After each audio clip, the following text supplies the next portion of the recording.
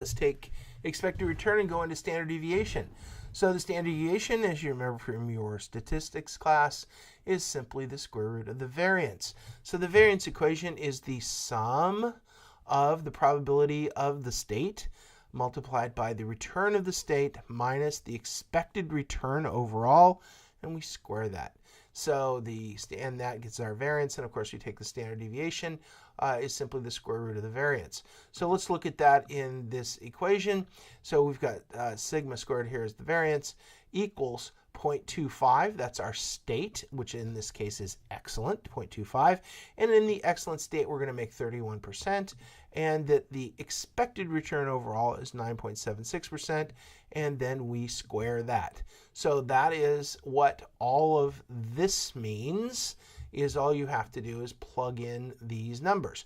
But the sum here means you have to do it for the 25% excellent state, the 45% chance of good, the 25% chance of poor, and the 5% chance of catastrophe, basically, and the crash of losing 52% on your money. So once you do all this math, which is really quite straightforward and simple, you find a variance of 0.38%. You take the square root of that, and you get a standard deviation of 0.1949, which is essentially 19.5%.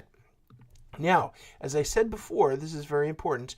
True means and variances are unobservable because you don't actually know the scenarios like the one in the example. So when we go back to the one in the example that says something like excellent is a 25% probability and that we expect a 31% return in that case, this is an estimate. This is an estimate. This math looks very accurate, and it is. The problem is it is based on a foundation of our judgment.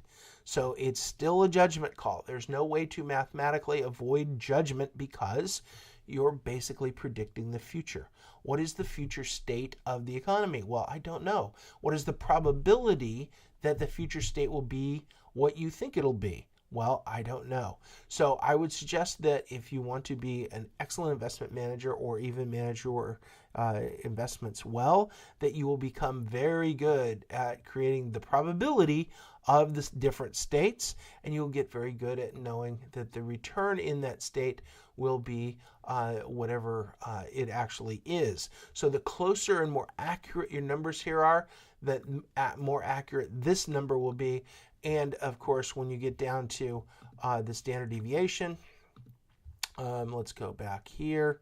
We'll get down here. The standard deviation will be more accurate because it's based on all these assumptions as well. So in this case, we have a 9.76% expected return with a variance of about 19.5% per every standard deviation.